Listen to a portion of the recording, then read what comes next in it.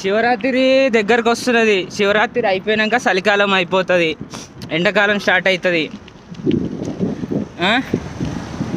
ఇక అందరూ ఈతలు నేర్చుకోవడానికి ట్రై చేయండి. స్విమ్మింగ్ నీకు వచ్చా బ్రో అని నన్ను అడుగుతారా?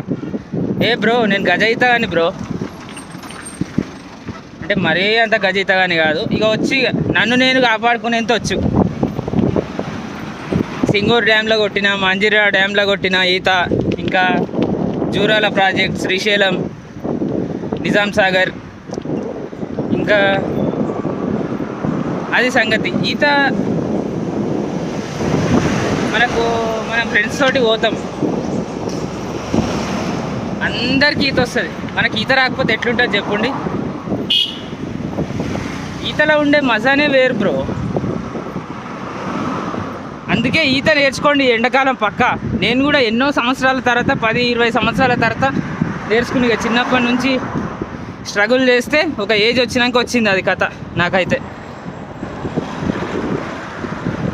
అర్థమైందా? ఎండాకాలం మనం వీలైతే స్విమ్మింగ్ ఛాలెంజ్ కూడా చేద్దాం ఎండాకాలం వచ్చినాక. ఓకేనా?